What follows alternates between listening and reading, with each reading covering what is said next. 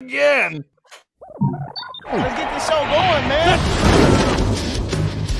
Welcome to the Bleeding Burgundy podcast, a Washington Commanders podcast for fans, by fans, with your hosts, Jesse Martin. The Cowboys are finished, you understand me? John Taman. Pull down my trousers and do your job. Scott Hartley. Well, that was dreadful. And occasionally, Keith Gray. So many social engagements, so little time. And now, your host. Hey, that's me. I'm your host. I'm John Taman, and I let it run just a couple of seconds later that time so you could hear that fucking awesome guitar. I got to tell you, man.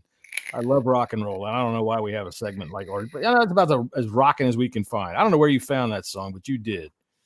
And then I slowed it down and made it sound like that, I guess. So anyway, howdy, everybody. It's Friday afternoon. How you doing, Jesse?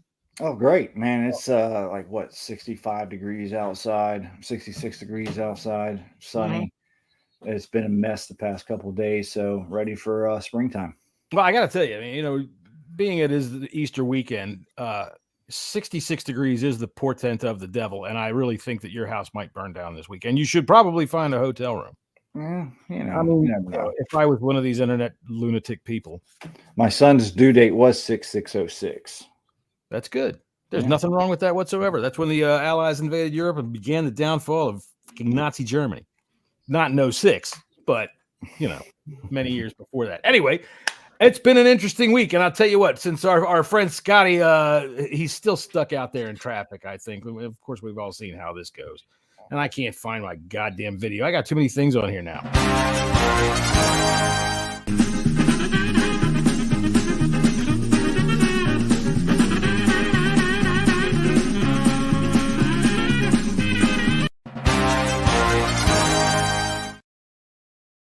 Yeah, those Scotty and those car trying to get here because he's late. He's late. He's going to have his pay. He's going to have to have a note. Well, we do have a fill-in Scott, so I'm going to go ahead and bring him right now. This is our good friend Scott Grabseth. If I said that wrong, you're going to tell me in a second, but I want to bring him in now because he's always Scott. Grab my nuts. What? What did you say? I'm not going to grab your nuts. I'm going to grab y'all. I'm going to put y'all up here together so y'all can get it going. You were close enough, John. Nobody's business, and I love it. So anyway, welcome to the show, Scott. Nice to meet you. Thanks for having me. Hey, no problem. It's not like, there's anything else going on. Our previous guest canceled our previous guest canceled last minute, so we had Bessie the cow.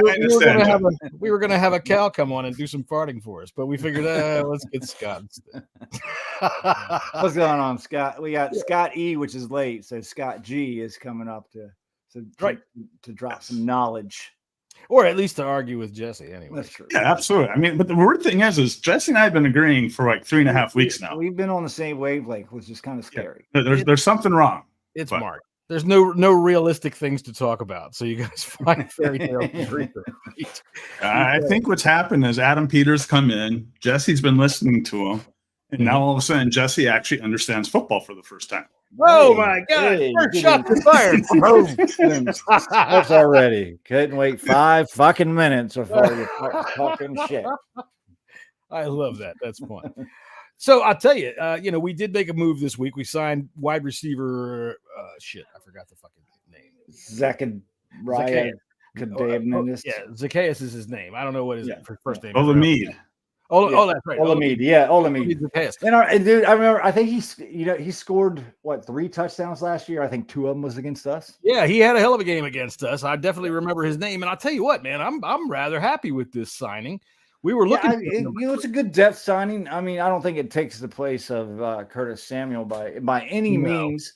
And I still think that we need some. I think we need a big wide receiver. But I do like the signing because he's quick, he's small, and it looks like these our front office is really starting to game plan around this new kickoff. Yeah, I'm glad. We'll get into the new absolutely rules.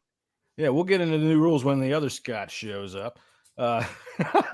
Who's this here? Brian, it's always 33. Hello, gentlemen. First time catching you live.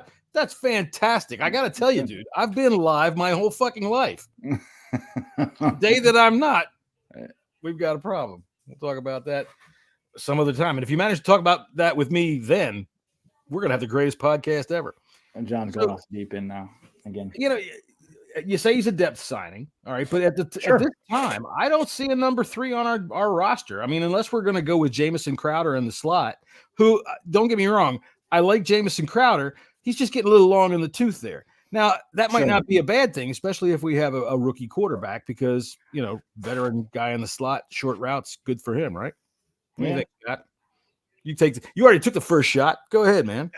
No, I think, I mean, a lot of these guys, what I'm seeing is a lot of the free agent moves kind of just goes to what Peters has been saying. They're going to be building in the draft. So we're signing a lot of average guys, short contracts, and then we'll likely supplement in the draft and replace these guys. Yeah, no, Scott's absolutely right, man. You know, you get a lot of people, you know, saying why we're drafting old people, why we're drafting, you know, 1-year contracts. He said it from the beginning.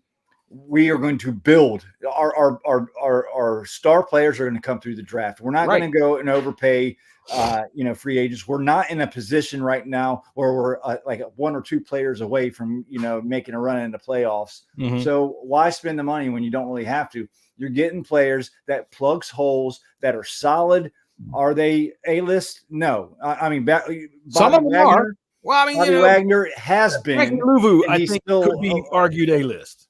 He is. I think Frankie Louvu is going to be our version of Micah Parsons, but that's another thing. His dude's going to be a torpedo. I love that. Not saying that he's going to be as good as Parsons. I think he's going to be moved around the formations or the defense like Micah Parsons was.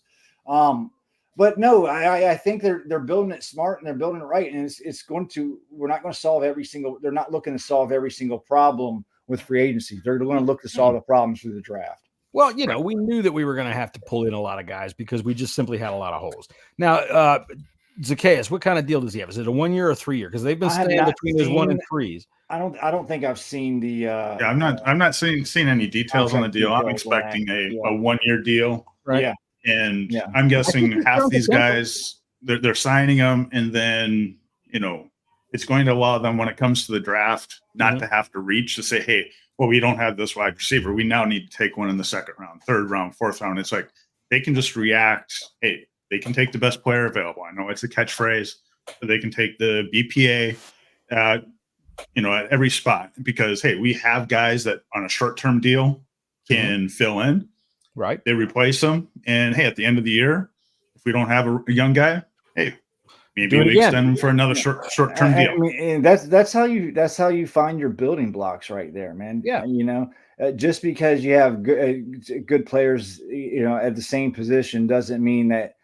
Dan Quinn's known for this. He's known for just getting the strengths out of the players that they got and putting them in positions. And if you got 2 players, he coaches. Are you serious? He actually coaches. We haven't seen this before. You know, oh my God. And we've said this for a while, and especially with this team lately. You've heard me say that, you know, we have to address the in the draft the best player at the position of need. It's not like that no more because we have so many needs. You know, for last year, coming into last year, we thought our defense was going to be good. Yes, we did. You know, I was all on board. There's nobody sitting here. Any of our listeners or anybody on Twitter that said that they thought that we're going to have the 32nd ranked defense in the entire league. You know, we go in there. We needed a cornerback. Seriously, we're looking at top 3, man. We all thought top 3, dead last. I was a little. I will say, I was the only one that was like, well, you know, pump the brakes. Scott G, you probably remember. I was thinking top 10. What y'all were, you know, going top 10 still. Come on. Last year's preseason rankings were I know your guys' catchphrase here, fans are stupid. We are. If we went back and listened to the chat, the conversations last preseason, what our defense was going to be, it highlights fans are definitely stupid. They drink the Kool-Aid. I'm going to tell you. And you know what? I should do that this year. Remind me this year. And I'm going to assign Jesse and wherever our buddy Scott is out in the wilds of Barrow and Furnace, UK. I'm going to assign the other Scotty didn't want to have another Scott. So he said, screw it. He's protesting. Too many Scotts. I'm sick of Scots. He's got to put on a kilt. City of Scots. Scots. If we had two Scots on here, you know what? We'd never understand a fucking word. Anyway, and they'd be.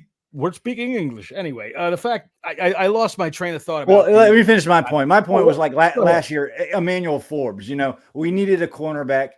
They thought he was the best possible player at the position, and he very well might be. Bad coaching. This year, we're not going to need to do that. We can go in and after we get our quarterback, you know, if they don't like the offensive tackles where we're picking at 36, maybe we get another quarterback or we get a wide receiver or some other position or get that linebacker or whatever whatever's there, that best player, you know, that is there, because we have needs at tackle, we have needs at guard, we have needs at edge, we have needs at linebacker, we have needs at safety, we have needs every fucking where. The best player available is still need.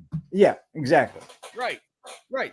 So I did completely lose my train of thought because I'm old and that's the way it goes. So here's what I like to do when that kind of thing happens. I like to put somebody on the fryer. So Scott G, tell me how you see this guy Zacchaeus fitting into our offense.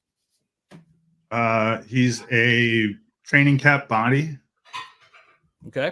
That's about That's not much. No. All right, I mean, I don't know. Like Jesse did mention a little bit about, you know, the kickoff return, and we'll get into the rules. I have zero idea if I know he's returned a couple kicks in his career. Now, is he a guy that can actually fill in? I mean, Kaz Allen is like our only kick returner at the moment. I'm not sold on him. I mean, he couldn't even make the team last year, and our team sucked. No one should be. I mean, I think they saw, you know, enough that they want to develop him. Here's how you play kick returner in the NFL. That's what you do. Well, the new rule may change. The new rule may change that. The rule has changed that, and I love that. And, you know, wherever the hell fucking Scott Hartley is, because I know he's got a big book about the rules that he's going to bring with him. I had to. I don't want to bring it up until Scott and Scouse a little bit better. I think they tried to explain on their podcast yesterday. They didn't fully understand where the two teams were lining up to defend. But yeah, I'm gonna. It's like a play now. You know, no longer are you going to go, you know, it's the kickoff. We can go get a beer or go take a piss or go whatever. I have now you're going to want to watch this play right here. I have Scott Hartley here. Apparently he's got voice text because he just wrote me, says, John, I'm sorry. I am chained to a bed in Manchester and I might not get out for the next couple of minutes. So whatever the hell Scott's gotten himself into, I feel for you, buddy. I told him to stop going into those shady rubbing tugs. Rubbing tugs. So we'll wait until Scotty, but I do have a few thoughts that his wife's on it. I'd be having a poop. Oh, I absolutely just kidding. He's not at a rubbing tug. I'm not having a poo. I'm not having a poo. Maybe, well, you know, there's this. Scotty found himself in a gay bar. No, I didn't. No, no, there is. Yeah. No. Look, I think he protested a lot in that clip, right? I think he really kind of fell over himself on that one. So maybe right now Scott is in a rubbing tug. You just never know. I don't know. Rubbing dog. I don't know what those guys over in the UK. I mean, we all seen Burroughs' picture with Keith. I mean, you just never know. When you go out, they are related. Isn't everyone in the UK related? When you have a night out with the UK boys, you never know what's going to fucking happen. There's a reason why I'm glad I live where I do. I have great separation when the UK boys come visit. Speaking of such, I'll tell you what, I have an in-law that lives out in Nebraska. So if you open your window, maybe I can yell to him. Not quite. I think the wind's out of the wrong direction. So, all right, you are definitely in the wilds of South Dakota. I understand that you are 63 miles due east of the big stick that sticks out on the road. No, you got the wrong Dakota again, John. The wrong Dakota. I'm in the north part. You know, I noticed because you guys can see Canada from my back door. Oh, really? You can see Canada. Almost. Right. You keep an eye on them. What's that about? Those people. You watch those people. Careful, Canadians. 1 hour, I can be out of this country in a hurry. Dude, I'll tell you what, man. The favorite thing I've ever seen about the Canadians was when I think Montreal, the Canadiens, won the freaking Stanley Cup, right? And they're all out dancing in the streets until the light changed, and then they all got on the sidewalk until the light changed again, and then they all went back out. I was like, that's the most Canadian thing I've ever seen. They're very polite up there. So I saw on it. Yeah, we did sign another lineman as well too. For forget his name. Obviously, depth. The more O-line signings, the better. I think. You know, bring them all in. Michael Dieter. Oh yeah, we did. We signed a center. We signed another center. Center guard. He's had experience at both. I think he started a couple games. Did he start last year for the Texans? At some point in time. I think he might have got a couple games in last year. I'm not really going to feel like Googling right now. It's late in the day. I mean, frankly, shit. This thing is filled with wine. Sign them all. Sign every O lineman that you can and let them come in here and duke it out. I'll tell you what. I don't care how Ricky Stromberg feels about it. You know, you sign another center too. Oh shit! You know what? He's probably looking up Ron Rivera's phone number right now, saying, "Hey man, what's going on? What happened, Bo? What happened?" All right, so we are going to try to get into some of the new rules, and we're going to take the obvious one off the top because Scott says he'll be here in a couple of minutes, so by then he'll be able to explain some of the other ones to us. But really, this drop tackle, this hip drop tackle, hip drop swivel. There's a difference between the two. No. All about the hips, John. Ask your wife. It's all about the hips. It is all about the hips, and I'm going to tell you, I am one swivelly hipped motherfucker. But the fact of the matter is, this is basic football, all right? When you tell me, oh, it's a dangerous play, I'm telling you, and I've said this to you 100 times, and watch it happen in real fucking time. As soon as this dangerous play is gone, then another play steps up to be the most dangerous play. And then they go, oh, that's a dangerous play. And then that one's gone, all right? It's a dangerous fucking sport. I wish I would have captured Mark Schlereth's podcast, the Stinking Podcast. The Stinking Podcast. Yeah, I shared that. Shared that video, and I understand to a point, but I also get this as well too. John, are you done with your get off my lawn? No, go right ahead. I'm going to argue with whatever you say. Scott, I'm going to jump you. We're going to take our shot. I get why there's frustrations about this, but I do get that once I heard the explanation between you can still hip drop. And seeing some of these tackles where they are wrapping their legs, swinging it around and getting caught up. I mean, Mark Andrews, Tony Pollard are two examples that got fucked up from the hip drop swivel. Hip drop swivel. Broken leg for it was a broken leg for Pollard, I believe, and then Mark Andrews tore his knee up. Yep. And then a few years ago, there was Kenyon Drake. I mean, there's been multiple injuries. There's been multiple huge injuries. But again, on John's point, that this is a dangerous game. It is a dangerous sport, right? I think my biggest issue with it is, they're saying they're going to try to shy away from throwing the flag and more do it from fines. So now they're going to take away guys' paychecks when they're watching the play in slow motion and everything else. And it's like, they already fined him $10,000 for wearing the wrong color socks. Now it's going to be what, 18,000, then 20,000. It's that part is kind of ridiculous. They're doing it in a way that they find offensive dropping the helmet, offensive players dropping their helmet. They don't get flagged, but they do get fined. Trying to take, which, by the way, was defined by the Encyclopedia Britannica this year as absolute bullshit. But these things are inherent with football. All right, as Mark Schlereth said. All right, I'm going to quote him because I wish I would have captured the video and put it up here, but I didn't have time, and quite frankly, I forgot. But he said, "This is not a game about if you get hurt. It's when you get hurt. Yeah. If you play this game, or if they're in the NFL, they have at least played from a high school on up for the most part. There's a few outliers, all right? Then there's the Samus Reyes, who, by the way, I'll remember, never played once he got here. So, the fact of the matter is, it's not if you're going to get hurt, it's when you're going to get hurt. You have gigantically huge, unbelievably fucking fit athletes running at high speeds in a game in which the purpose is to drag the man to the ground, drag him to the ground.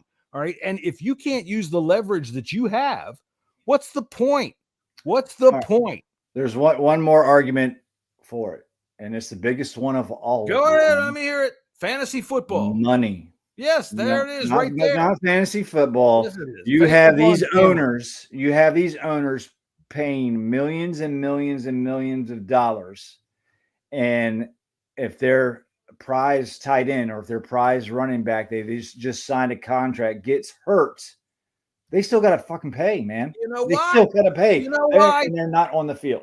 Because as a country, we have been conditioned to think that we're all victims and everything is someone else's goddamn fault. And you know Mark Andrews got hurt in a game, in a play that, in my opinion, was totally fucking clean. That's football.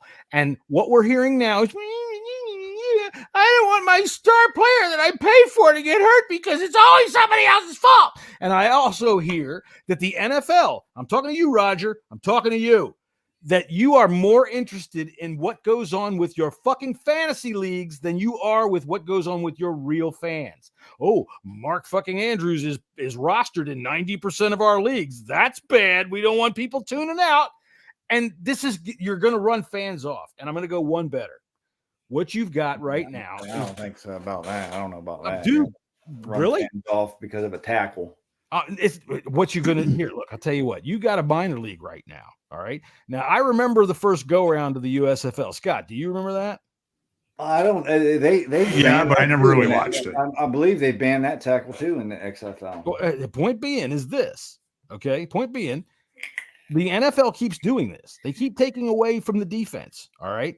They're not going to, like you said, Scott, they're not going to do this through flags. They're going to do it through fines, which, I'm sure that makes everybody feel great. You know, us out here, the fans, it's not going to take away a chance with a bullshit call, which will happen anyway. But you've got the XFL, USFL now again. All right. The first go round, they were quite successful in luring away talent from the NFL that was signed, and they lured away top draft choices with money. All right. It didn't work because Steve Young decided he wanted a hell of a lot more than they could pay. And it kind of bankrupted the whole thing. And they all ended up back in the NFL. But you look, man, there's guys in the Hall of Fame. There's fucking top stars from our team that started off there. Now, what you have is an opportunity for them to say, you want to play football without getting your check garnished for playing football? And if they can start, but that check is still way smaller than the NFL check. So exactly. At the start. In reality, this affects one tackle per game, and compared to every other one of them. And to me, it's kind of like the horse collar. Everyone complained about that when that rule came out. Right, players adjusted. Adjusted to get over it.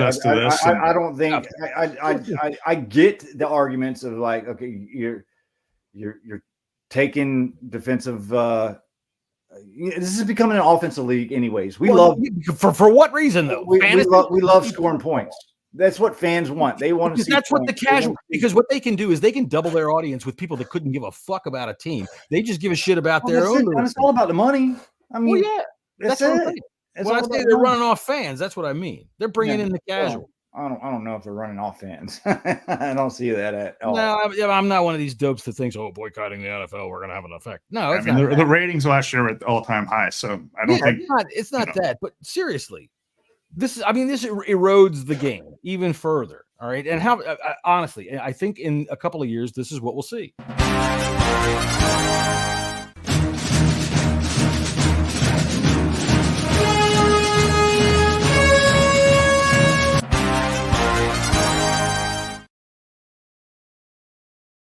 Well, look who decided to show up. Who is that? Yeah. Sorry, dude. I'm part-time now.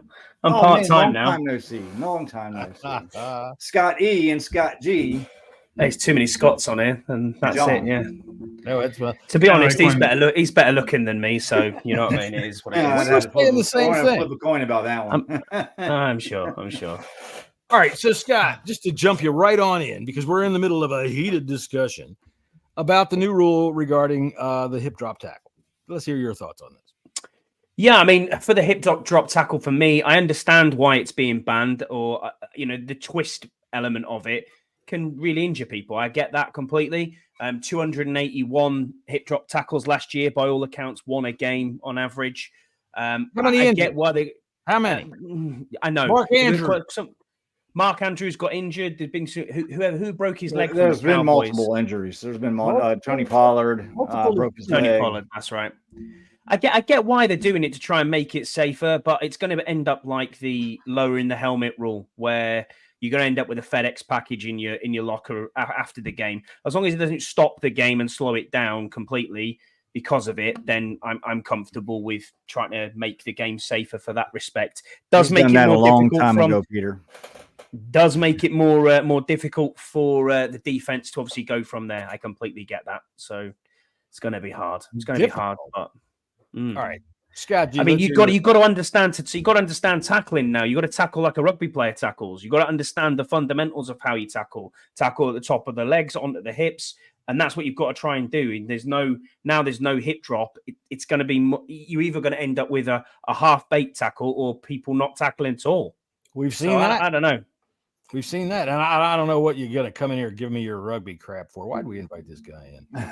Even though I did see a rugby video that actually explained the hip drop better than most, and it's the whole like we were saying, it's all about the swivel and where the body lands. So if they still go through and tackle, because a lot of people say, how are you going to tackle someone from behind or in movement?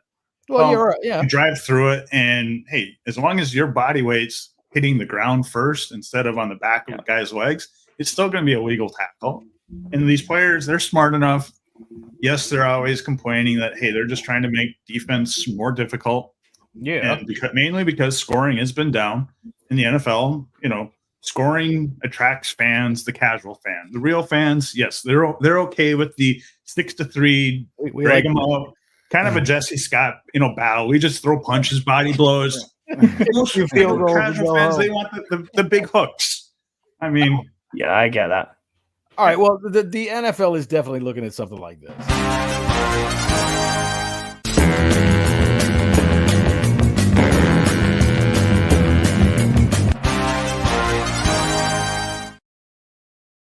So if the NFL produces it, fans will watch it. It looks to be that's true. That's true. So. The only thing I won't watch now is the Pro Bowl. That's absolutely done in my mind. I don't see even the ratings for that are high. Really? Wow. That's the surprises me. Yeah. It wasn't bad this year. The Pro Bowl wasn't bad this year. I mean, there's no game, but all right, let's talk about this kickoff. Yeah, this is wild. This is the biggest change we've seen in the NFL. Before you do this, I got one more that I'm going to show you, and this is through the Bleeding Burgundy Future Cam, and it shows us how the combine is going to look in 3 years when they're looking at defensive backs.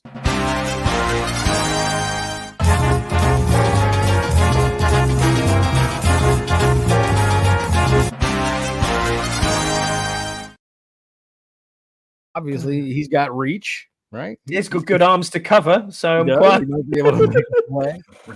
Nothing but air. All right, so moving on to the kickoff. I like this rule. Go ahead. Yes. This is like I said before. This is something that's been it's so different. The minors. It's so different. They adopted it from the XFL. I was watching XFL. I was explaining to Scott and Scouts yesterday on their podcast. Yeah. Good point. How it's an actual play now that you don't, most time it's a kickoff. No one watches a kickoff. You're going to want to watch this because you're going to be able to. Coaches are going to be able to scheme it up. They're going to be able to scheme it up, and it's more like a running play, like a long drawn out running play than anything else, and that is exciting.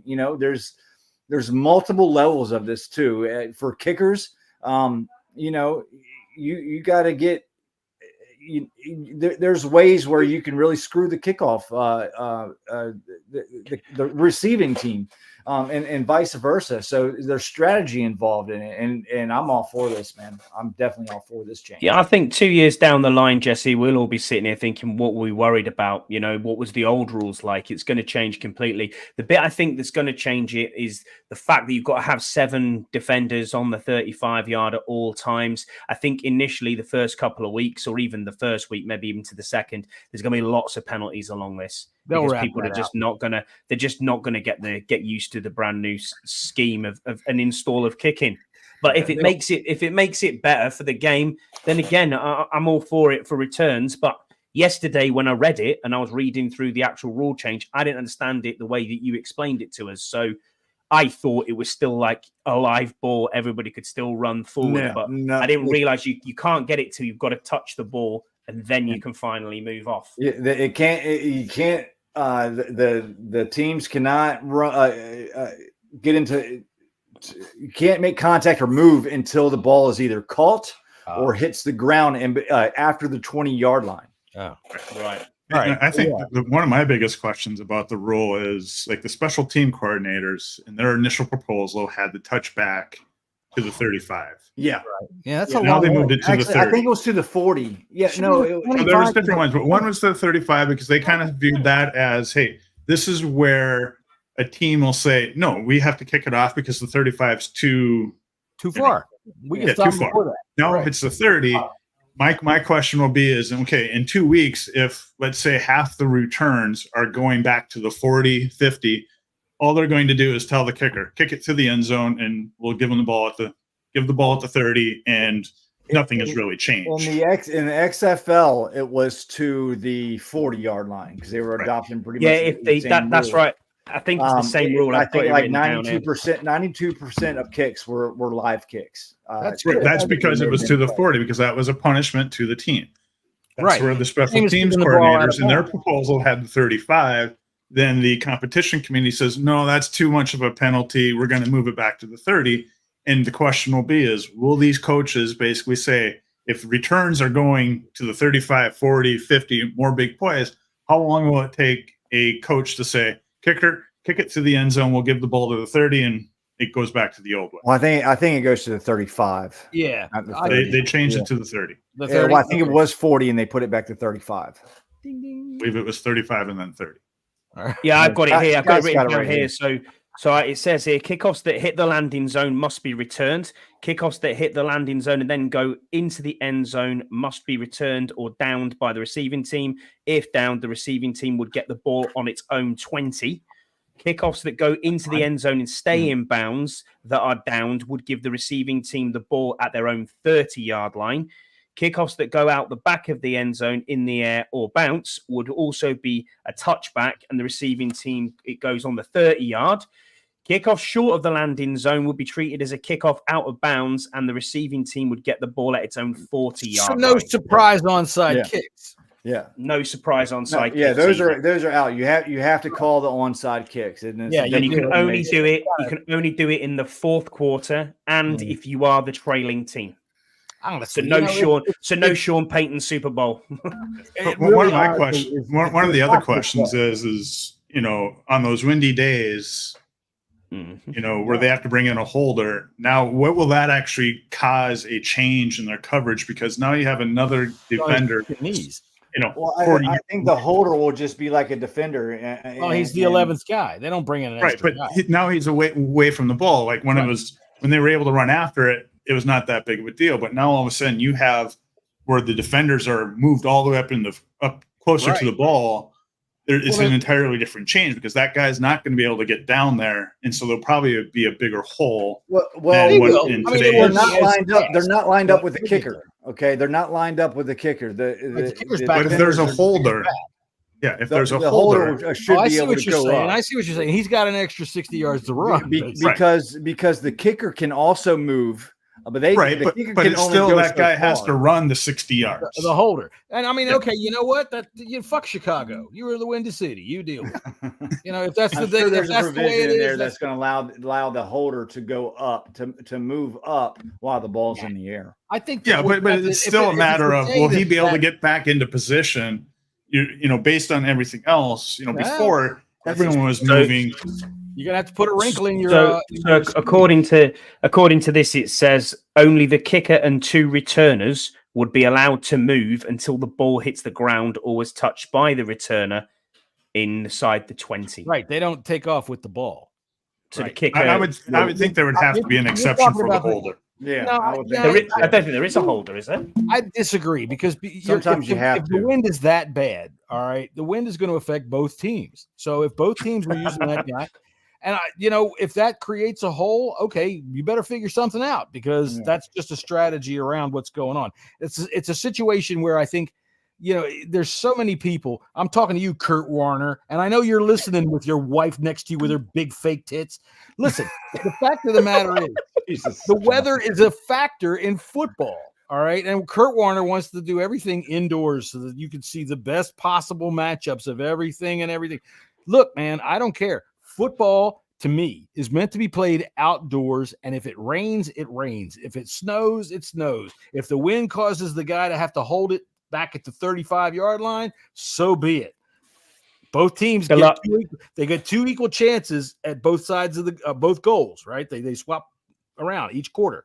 So that wind is going to affect them both. I don't see a problem. Deluxe is putting in, does the kid who retrieves the tea, does he get put in more danger? Yeah, I mean, listen, I never really took much interest. We had the kickoff to protect the kid that gets the tea. And oh my God, some teams will use a dog. Ow! I tell you what, they usually run out after the kick. I never watched them really took much interest in kickoffs and punts and whatever else. But when we were on the field last year, first game of the season, I was watching Tressway rip some punts to this kid who is about, I don't know, 14 maximum at the other end of the field. My God, it is scary watching him punt. How high that comes down and where it comes from, it is ridiculous. So being a returner in this league, no chance, no way. Right, you got to keep your eye on that while they're running at you. 100%. So here's the thing. I got one more thing to show you about how the NFL is really trying to eliminate defense. I would say by 2026, this is what we'll see. We'll see the defense allowed to place some cones out there. See, well, that nose tackle's going to get paid, John. If you touch one, you got a problem. All right. And then, of course, by 2028, we'll just see this. So, yeah. There you go. All day. Aaron Donald retired at the right time, that's for sure. I think one of the other big items that this kickoff rule is going to change is the roster construction. And it kind of goes into, we're not going to do player, positional flex and all that kind of stuff on the offensive line, but will they actually carry one less offensive lineman so then they can, have more defensive backs, linebackers, tight ends, be able to cover this play, because you don't want a 300-pound ugly out on. Well, maybe you do on the receiving end of it, because they're going to be blockers. Maybe.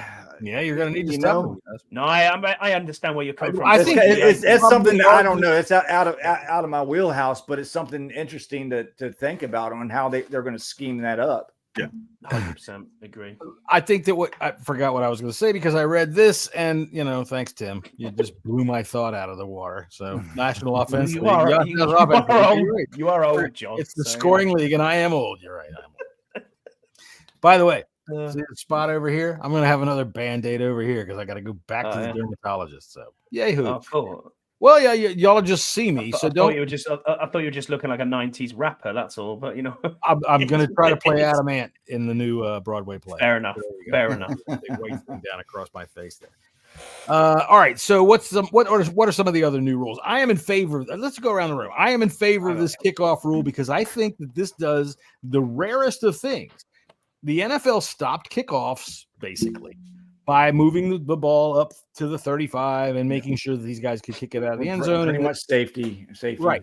Because they say it's the most dangerous play in the NFL in terms of concussions. And, if you're going to make a point about they got rid of the wedge first, and then they moved the ball up. And I like that they got rid of the wedgie because really you got some players that are out there that aren't really the most physical. And for them, it's probably very disconcerting to have their underwear, yanked up under there. But there was 14 rules, John, that you were talking about before that were passed that were new. But of the other ones, I suppose when we get into them, there's three that I think are good. One is the emergency quarterback. So that used to have to be on the 53-man roster. Now it's amended it, and it's amended it to expand it to a practice squad quarterback. And there's an unlimited amount of times you can activate the emergency QB on game days, and it doesn't count against the 48 that are going to be fully suited up. I got to tell you, there's a term for this. All right, and it goes back to ancient Greece, and it's called ridiculous bullshit. Who gives a fuck about this kind of third quarterback stuff? I know. We had this discussion yesterday on your show, on the 1 Point Safety show. I still have not heard a good reason why you can't dress all 53. Google it. It's I can Google it. It's still not a good reason. It's a fair competition. I get it. I understand it. I just can't explain it, but it makes sense. Scott didn't explain it. Go ahead. I haven't got a clue. It's all about competitive balance, because if one team, what they want to have is teams to be equal, as close to equal footing going into the game. So if one team has 4 injuries, they don't want to give that team a disadvantage. Now, John, you may agree to disagree with that explanation, but that is their reasoning behind it. So, okay, what I'm hearing now With gambling and everything else, you almost have to say, okay, they're going to have at least an equal footing. So if you're dressing, what do we dress? 46 now, 46? 48 it is. Yeah, 48 now. plus an emergency So QB. those last 7 guys, okay, this is All what about I'm hearing. injuries. All Or, about excuse me, injuries. those last 5 guys 6. Yeah. keep a competitive balance. So if you lose, say, a Justin Jefferson, this Joe Schmo that I'm going to pull up from my practice squad, that evens things up. In reality, yeah. I mean, it's big. It's so you can't say you have 5 guys or 6 guys injured that cannot play, that cannot dress. Right. Okay. You and the other team can dress a 48. What you can only dress 46. Well, okay. Yeah, You see what I mean? I can see that. That's it's how just where a the numbers balance game, comes basically. It's not a talent-wise trying to. No, it's a numbers. Yeah. And I think, the big item, the practice squad being the 3rd emergency quarterback, I think that almost plays right into this kickoff rule because, hey, you want another athlete active on game day instead of having a 53-man. Yeah, you have now to you use that spot, that spot for the athlete instead of using that spot for your 3rd quarterback or whatever. Yeah. Right. Especially on the 53, because now you can carry an extra, John's favorite position, linebacker. I love. We got the other ones really that came out of it were we got a 3rd challenge now allowed. So we're allowed a 3rd challenge following 1 successful challenge, whereas before you had to have both of your challenges successful to warrant a 3rd. I'm not that bothered. I'm not that bothered about it, but it does make sense. I understand. It makes sense in that they are refusing to do the smart thing, which is put an electronic referee up in the box for the fucking game. Look, college has been doing this for years in that they review every single play, not necessarily for every single infraction, but they review every single play and they get it done in the 25 seconds between snaps. So, but there is another rule that's kind of related to that. Because there's more rules or more opportunities for that eye in the sky to make rule changes. And with, that instantaneous review, there's, I think, the roughing or grounding, the weight hit out of bounds, some of those where now those can be reviewed by the guy upstairs without doing a challenge. And he can call down. Okay, so he can call down before the next play is snapped and say, throw a flag. Yes. Yeah. Or change things. My only issue with that is it just gives more ammunition to the conspiracy theorists out there because sometimes you're watching a game every once in a while. Okay, why did they make that change without requiring a challenge? And then a very similar play. Oh, now you required a coach to throw a challenge. It's like, can you have some consistency of when the eye in the sky is making that call? Right. Yeah, I'm with you. No idea. I mean, I've seen both ends of it, John. So in rugby, for rugby union, for many years now, I think we're at 10 years now, we've had a complete video referee called a TMO, television match official, who sits in a bus basically and watches everything on the screen and goes, yes, there was a high tackle there. That's a red card. Stop the game. Tells the referee instantly that's what's happening. But then you've also got the time is stopped and it takes 2, 3, 4. You know what I mean? It could take minutes for doing that. Then we have VAR in our soccer, and VAR has destroyed the game of soccer, really, of football, as we call it. Well, yeah, but the fact of the matter is both rugby and soccer are different from American football, and that I totally get that. Right, and we one of the things that I hear from a lot of European fans or non-fans is you guys stop a lot. Right. Yeah. So we have the time to be able to do it. What I don't want is an eye in the sky to call down and go, number 65 was holding. No, I don't want that. There's holding on every fucking play. Yeah, 100%. Right. What I want, I mean, if they're going to call something from down in the sky, if the referee places the ball wrong, I think Scott, you just said, if there's a mistake or they can change something on the field, referee places the ball wrong, and you can see that clearly on video, then or like an egregious pass interference, or like against the Rams and the Saints in the fucking something egregious, I don't know how they would set the limits on that though. That that's You open the door. It's going to be tough. But the other thing is, if it's an extra coaches challenge that we're getting here after one successful coaching challenge, then the coaches challenges are for something that has gone against them. So you're putting something right on the field if you win that challenge. I get that. I completely understand that. The other one was, and Braden Daniels, you'll be happy about this. He's put you can now put 2 players on IR before final roster cuts, but none of them no longer have to go on IR for season-ending injuries. Yeah, they can be designated to return, which I think is awesome. I think that's a great. It's like a red shirt. It's like a red shirt. You can almost red shirt someone. So if you've got a fake shoulder injury because you're not actually that good, a la Braden Daniels, you don't have to miss the entire season. And if you do become, actually, we'll give this guy we'll let him suit up. Then you can call them up. Old guy's story here, and I'm going to say that this is true, even though it might be somebody else. But all of these rules about IR and all this shit is because of Joe Gibbs. All right, because Joe Gibbs used to hide quarterbacks with blood disorders. All right. If you watch the 1987 Super Bowl, right, when Doug Williams won the fucking MVP and we beat the Broncos, you see Mark Rippon over on the sidelines in this god awful 1980s fucking Bill Cosby sweater. But he sat on the fucking IR for like 3 years with blood disorder, right? And that's what Joe Gibbs used to do, man. He used to manipulate the shit out of those rules. So I'm glad we're able to designate them to return, because Scouse made a good point on the 1 Point Safety show yesterday about why is this so that you have to lose the whole year for an injury that might take only 3/4 of the year to heal. I think part of it was because of the manipulation of teams were doing with the final cut down. Joe Gibbs. But we did it ourselves. It's been done by every single team in the world. They put them on IR because they don't want to lose them. They don't want to get right. They don't want to put them out from a practice squad because they want to keep them and develop them. You put them on the practice squad or have they can get plucked by another team. They used to have the taxi John Ridgway. All right, now the taxi squad literally was George Allen. He had like 5 or 6 guys that would drive cabs, and that's what they did. He had a deal with a cab company where he said, I want these guys available in case I need them, but they need a job, so have them drive cabs around DC, and they did. All right, this is back in the early 70s, right? And that's what they did. That's how he kept these guys close by so he could call them up again. They called it the taxi squad. Anyway, going back to the replay assistant, like just looking at the one that will be interesting to see how it plays out is they can review roughing the passers. Yeah. So often we see, hey, they can guy barely gets touched, they throw the flag.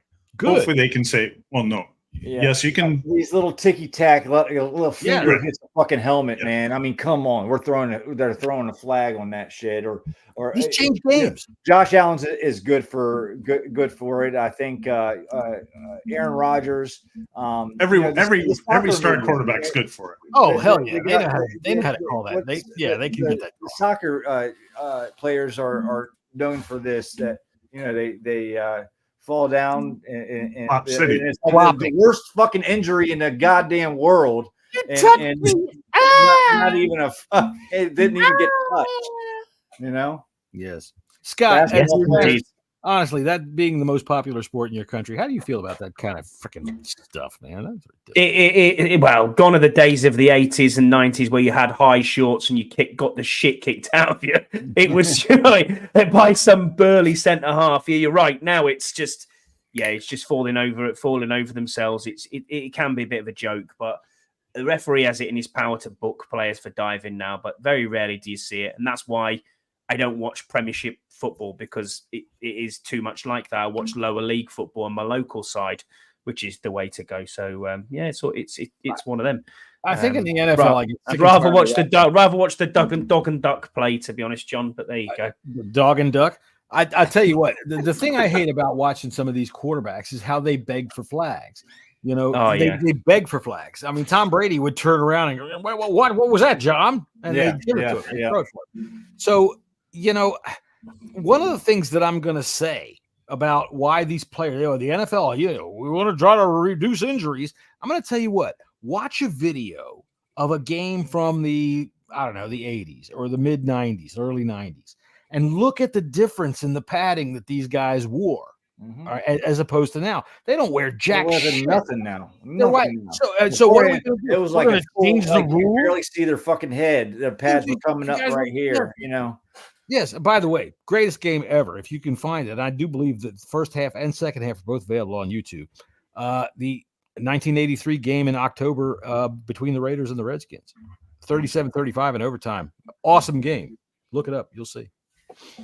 Anyway, Jesse, take over for a minute. I'd like to talk about pro days. We have to talk about pro days. Have some big ones this week, and also, JJ's was it last Friday as well. The big three, at least our big three, are done. The three quarterbacks that one of the three will be in Burgundy and Gold come a month. The draft is a month away. It's a month away. I know, I can't believe that. So let's start off with Jaden Daniels. He had a decent, from what we saw and what we heard, it was a decent pro day. He did struggle at some times with some long balls, and Scott G had a good question on your podcast, Scott. How do you judge these? Scott and Scott show, sponsored by Scott Tissue. How do we judge these pro days, and in reality we can't, we don't.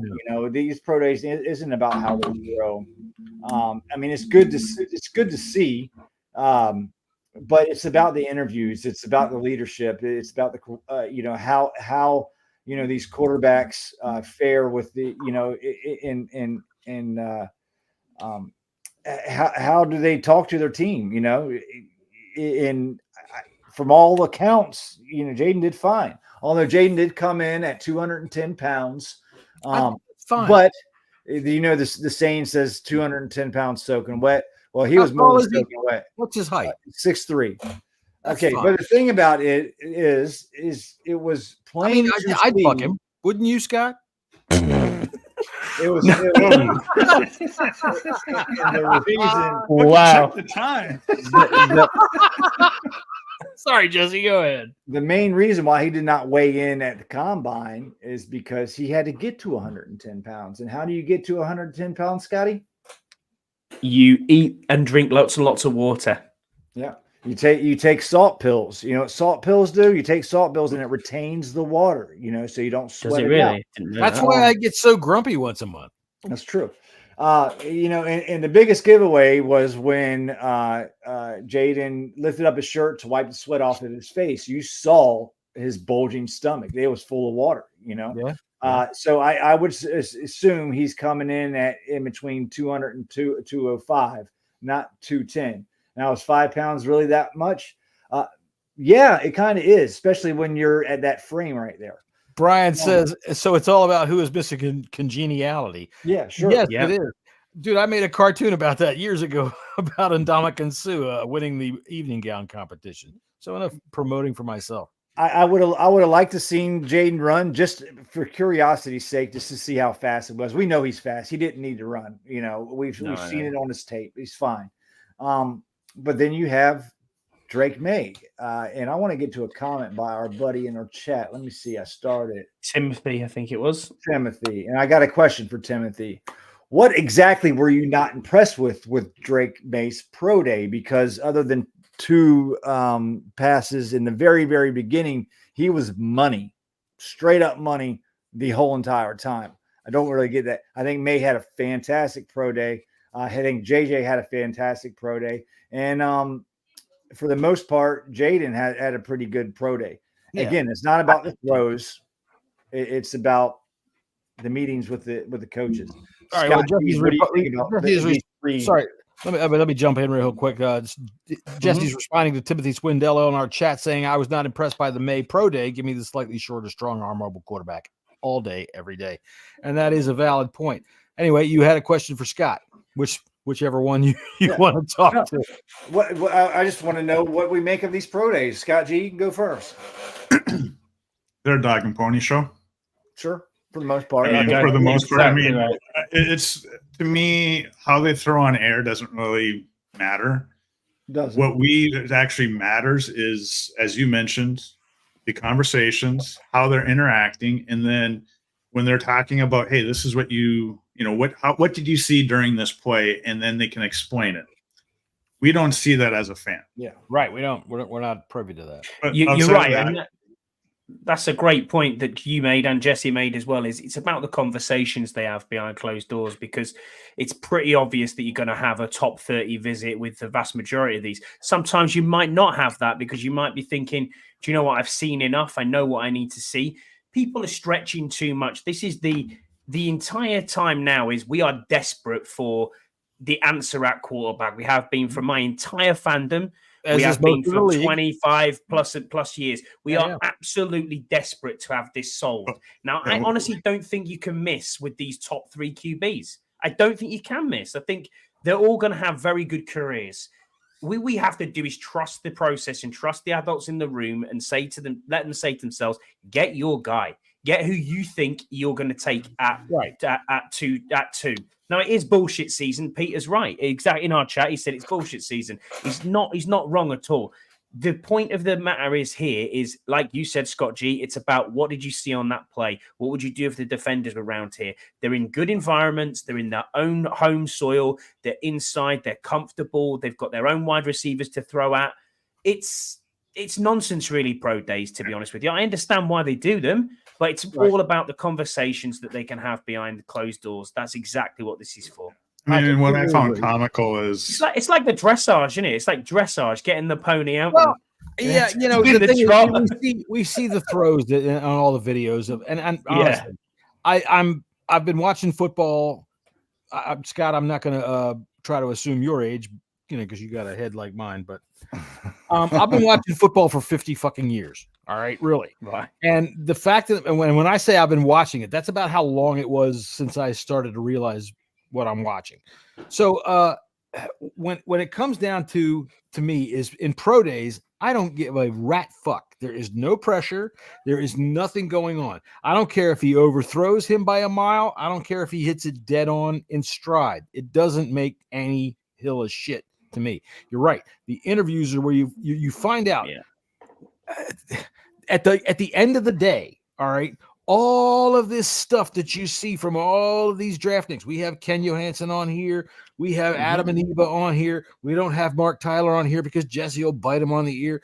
But the fact of the matter is, all of them, all the measurables that they put out for us, which is great, and all the tape that we see of these pro days and their combines and all of this shit that we see when they put together these highlight packages on YouTube, the bottom line of it, this is the biggest jump from the minor leagues to the pros in the hardest position in all of pro sports. I don't give a fuck how far wide you go. You can find a Mongolian sport, and this is the hardest thing to try to learn. It's the most mentally taxing, and at the end of it, it's just a guess as to which one can do it, which one can make that leap. And there's no measurable that can show that. And that said, I like Drake May. I think it's just as much physical as it is mental. This it is. I mean, look, maybe even more mental. They both physical. have great arms, right? McCarthy, they all have great arms. We've seen. What I found comical though is like after they always showed a clip, at the LSU Pro Day, they showed a clip of Peters and Quinn looking at each other, and it's everyone saying, "Oh, they're in love with Jane Daniels," and then all of a sudden they're Drake Mays interacting with Drake May. Oh, right there. With Drake May, he looks like. I'm going to agree with John saying May's the guy, because if you listen to the one NFL insiders during the annual meeting, one guy said, "Oh, it's going to be Daniels." Another guy said, "Oh, talking to people that know Peters, it's going to be McCarthy." So obviously, it's going to be Drake May. You don't hear a lot of smoke coming out from the Drake May crowd. You're listening to people that are like, "Yo, well, we're not hearing nothing, but we think it's going to be Daniels," or like Pelissero said, "Oh, people I talked to, we think it's going to be McCarthy," but there's nobody that says we think it's going to be Drake May.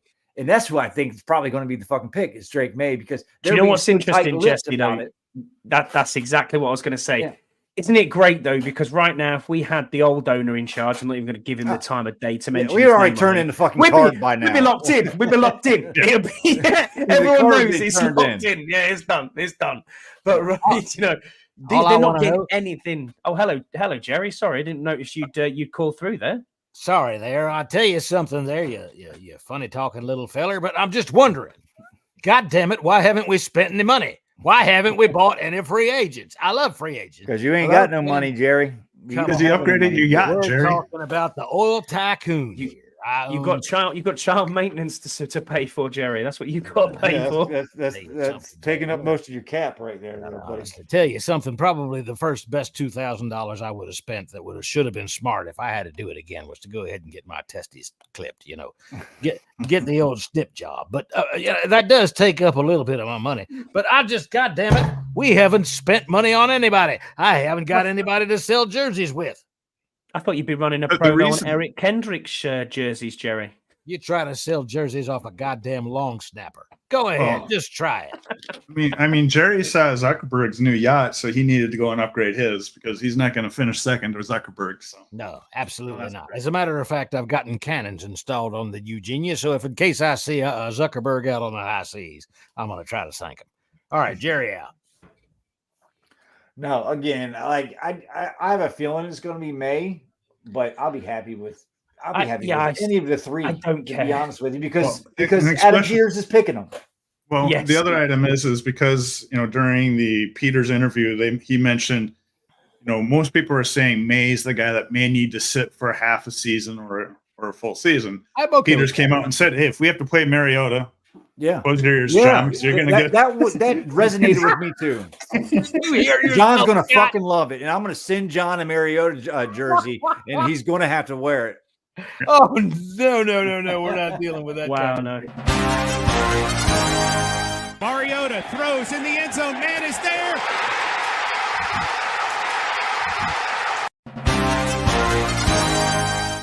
Watch the stadium fill up with the next week's fans, whoever they are, right after Mariota starts. I'm not a fan of that. But I agree with the other Scott is whoever we get, I'm assuming Peters and Quinn, they're all going to be, they're great. Their catchphrase, they're all in alignment. They're going to get a guy and they're going to put in a system that's going to make it work.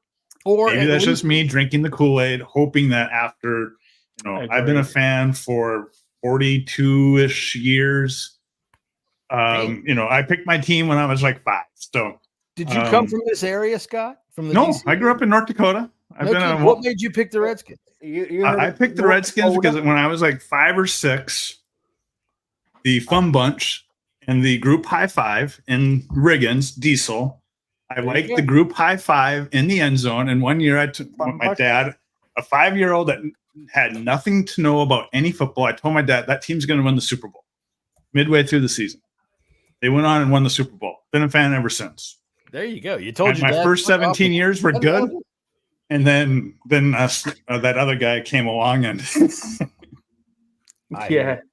I just say it's my fault. The recent history is my fault because I support teams that just don't win. So it's great, isn't it? It's great. They were shit before you came along, Scotty. Oh, dude, it's just I've never seen your grandfather that made you a fan, right? Yeah. I mean, the whole family's fans, But it was really what really got me to stick with it was him and the memories that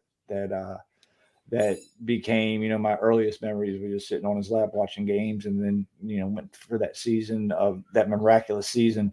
I got to go see it, up close and personal. So, yeah, I mean, that was 35, 36, 37 years ago. It was my mother got me into him. I've been a fan since about 1970, I'd say. And when I say I've been a fan, that's when I start to figure it out what I'm watching. Yeah. Honestly, the first favorite player I ever had was Len Dawson because of Super Bowl 3 or Super Bowl 4, excuse me, because I was whatever. I'm fucking 6 years old. But my mom, she bought me a Redskins. What do you call it? A Letterman jacket with those leather sleeves. Remember they had the gold leather sleeves and the patch right here. Mm-hmm. I probably don't remember. This was like 1970, right? In 71. And I the retro ones, they still got. Well, they were still selling those types. The retro ones, probably about 10 years ago. Yeah. I love them. Yeah, it looks like what Keith was given, even though he's too big time to come with us anymore. But they look like those.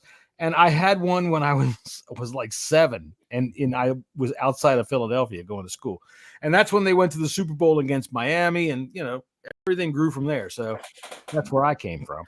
We got a question for our good buddy Peter in the chat, talking about kind of the future. Vegas put out wins odds for the upcoming season, and they have the Commanders at 6.5 wins over under. Do we think that's right? And no. Yeah, I do. I think it's right. I think it's right. That's what it should be. Now, depending upon what quarterback we pick, it could go, could go up to 7.5 possibly. But I think we've done enough work on the defense that we're going to win 7 games this year. Dude, it's March. We're going 16. I think 17. I think 6. I think 6 wins is about right. Honestly, with a rookie quarterback, a probable rookie left tackle, still holes on the roster to fill. Yes, we've done some very good moves off season to get older, wiser, experienced heads in who can keep scores down. Who can show players out of the rookie class that we're bringing in how it's going to go moving forward, especially from the draft. We're still building. This is going to take 2 to 3 years, and I think our window will probably start not this season, the following season. If we can do a Houston Texans and get to the playoffs somehow, then fair play, well done. But I don't count that, and I'm not going to count that at all. I'm not going to say it's going to happen. 6 wins is about where we should be. Scott G, I know you've been holding on for a second to say what you got to say. Go right ahead. I'm gonna expound on what you said about the Texans. Yeah, I think from a Vegas line perspective, I always look at it from a gambling perspective. Does that make me pause to think? Would I bet on that or not? That is how much do you gamble? I mean, I'm not going to ask for dollar figures, but do you play? Not usually. Mainly just because I pay more attention to the lines and everything else, but I just don't. Yeah, I'm with you. After that, and how good Vegas is, I'm a degenerate. The actual sports betting is not legal in North Dakota yet because You fucking Puritans. What's up with that? Yeah. We have a bunch of Republicans that are afraid that people are going to become addicted and be degenerates, but they're already degenerates. So hey, I was degenerate well before I started. Yes. Jesse's got a break. Jesse's got the breaking strain of a Kit Kat. Yeah. I think and Burroughs had an item out on Twitter today or X. What do you view so far? The direction of the team. I like what we're going because it seemed like we actually have a direction. From a win perspective, I'm not expecting a winning season next year. If we do, it's great. If we're 6-11, 7-10, hey, and we look like, hey, we have the makings of a new young offensive mind and quarterback, plus hopefully a starting left tackle that we've established, and a few other young guys that can add to it. Hey, I view that as a successful season starting, sitting here on March 29th.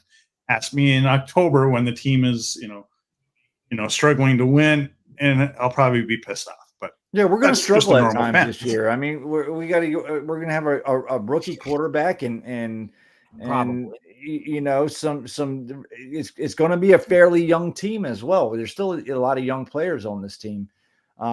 But I expect 7 wins, and anything above that, I'm taking that as a bonus. That's gravy, right? I'm with you. 6.5 to me, I'd bet the over because I think 7 sounds about right. I'm not like all in the tank. Although when we do our prediction show, we're going probably 16-1 because what the hell happened to Scotty? I don't know where he went. I wanted to touch on this backtrack just a little bit. Our buddy Timothy in the chat, he said he was a late bloomer and wasn't even interested in sports till he was 18. RG3's rookie years sucked me in and never turned back. And that was a year to get sucked in, Timothy. Hell yeah, man. Because that was like our greatest year that, we the last 30. Yeah. Everybody, after that year, everybody was all in. That was the last time this fan base was really all in on this team, and we thought we were going to hit the Super Bowl within 2 years after that season. Dude, I'll tell you what. I thought we could hit the Super Bowl that year if he hadn't gotten hurt. We could maybe when he got hurt. I think they could have because nobody could stop them. Yeah, he turned that team. I mean, when you look at with what was it, McVay or the Shanahan's. We had Pierre Garçon. What was the other? I'm sorry, I've been RG3. We had Pierre Garçon. We had Alfred Morris. We had Deshaun Jackson. I was going to say LaShawn, but I got my D and my L mixed up. And our defense wasn't great, but it wasn't that bad. But we had a really, really, really good offense and a really good offense coordinator. We could score from anywhere at any time. And I think we had very good coaching at that time. And if he had not gotten hurt in that Seahawks game, I think we had a legitimate shot. So, Timothy, that's a good time to come on board, man. Why not? You know, you haven't suffered nearly as long as I have. But I got to tell you, came on as well. I got to tell you, if you look at the history of teams in the NFL, all right, that especially teams like ours that go back 80, 90 years, you don't see many runs of success. It takes a long time. The Redskins were terrible. I mean, just god awful from like 1945 through almost 1969. All right. And when Lombardi came, and then we got pretty good for about, I don't know, 20 years. And then it's gone. And that's just the way it is with a lot of teams. You look at the Steelers, right? We all look at the Steelers and we think they've been winning forever. And, but prior to those years when Chuck Noll came on board, they were god awful. Anyway, that's enough old guy talk for me. Our buddy Deluxe in the chat asks, how does this team match up with the East after free agency? Don't see an 0-6 year this year. And can we beat the fucking Giants? That's what I want to know. At least the Giants. You know, I see 2 wins, at least 2 wins this year, whether it's 2 against the Giants or, you know, sneak one past Dallas. I mean, we're still not at Dallas in Philadelphia. We're not close to there yet. Dude, we play in Philadelphia team like that. One more off season. I think Philly did some really good stuff to bolster the team this year. And they do got a new offensive coordinator. And who knows what's going to? I think Sirianni's the problem over there. So do I. We're not going to. That conversation is going to be for another day. I do not see an 0-6 year this year. Yeah, I agree with you. You said Sirianni's new age hippie bullshit. Yeah, I agree with you as well, John. I think that Sirianni's the problem in Philly, and I think that Daboll will probably have a meltdown halfway through the season with Daniel Jones as the QB. It's going to be very interesting on what they do moving forward. I mean, the only real massive signing for them is Brian Burns. Philly did a lot of moves that made them better this offseason. But there's a couple of big losses, obviously, with Kelsey and who is the other one that retired? Fletcher Cox. Thank you. Yeah. So and then today they traded away Reddick. Today, he's gone to the Jets, hasn't he? It's funny. What is strange? It wasn't a lot. I think it was a third-round pick that could go to a second. Third-round pick. Yeah. That's not this year. Next year's. Timothy in the chat goes from he's all in 8 wins, I reckon, and then 2 minutes later, fuck it, all in 10 wins, baby. Timothy took a shot and said, "Fuck it, man, I'm in." He said he was a late comer to the game. He's trying to catch up. Our boy, Big Simple. Our friend Henry, man, got to win your division. You can't go 0-6 anymore, and I completely fucking agree. Big Simp. Yeah, man. Get Henry on. Where is he? I got him here. I don't know. You got him on there, John. Let's go. Oh, man, it feels great. It feels great.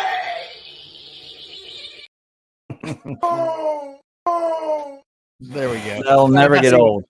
That will never get old. Use it forever. Is that what you're going to be like, Henry, when Jaden Daniels is the pick at 2? Yeah, I'm sure. I mean, it's going to be the opposite of that if Jesse's right with JJ as the second pick and Scouse is going nuts. Let's do some NFL quality. That'll be great. All right, let's do some NFL quality analyzing. We saw that Jaden Daniels was flipping a basketball around, but he dapped up with Adam Peters.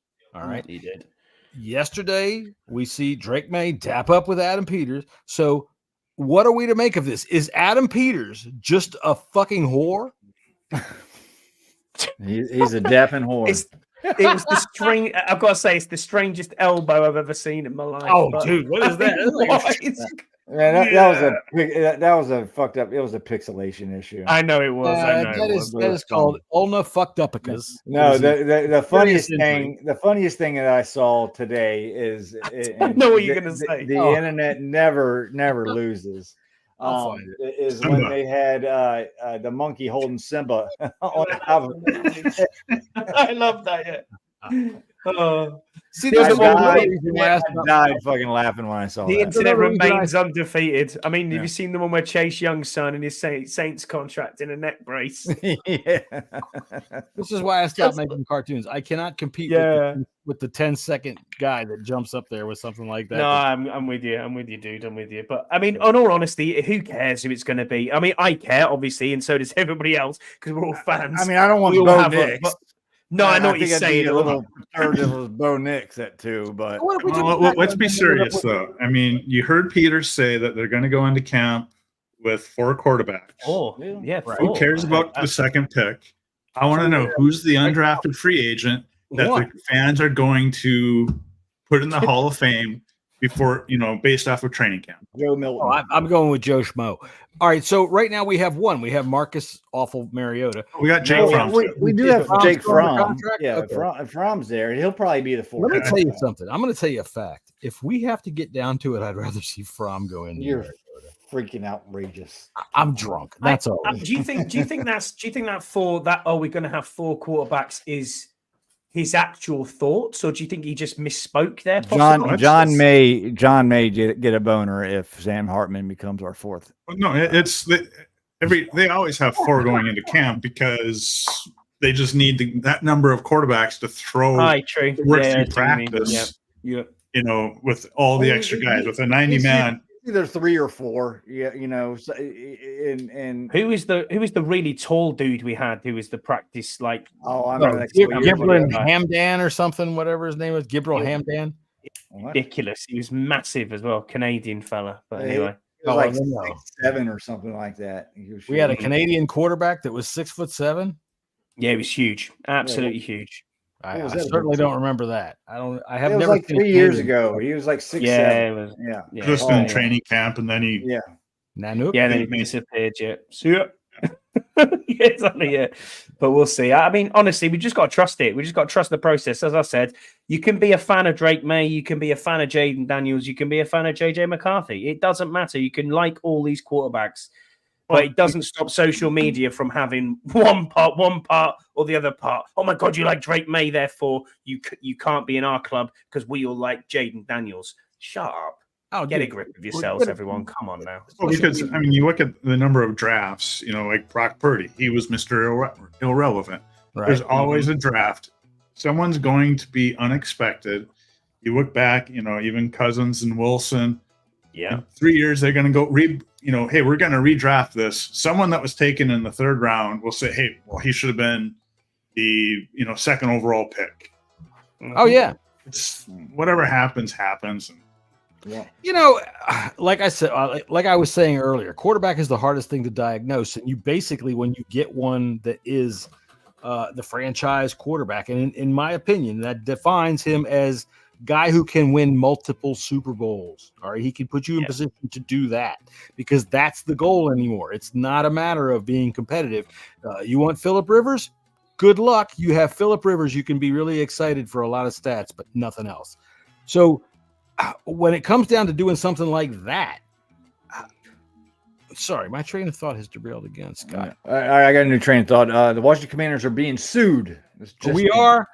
First part of the sued. offseason where we have some legal news. What's going on? By the Native American Guardians Association, which has been trying to get back the Commanders, or trying to get the Commanders to change its name back to the Redskins. The lawsuit states the logo on the Redskins helmet is an actual person. It's Chief Whitecalf.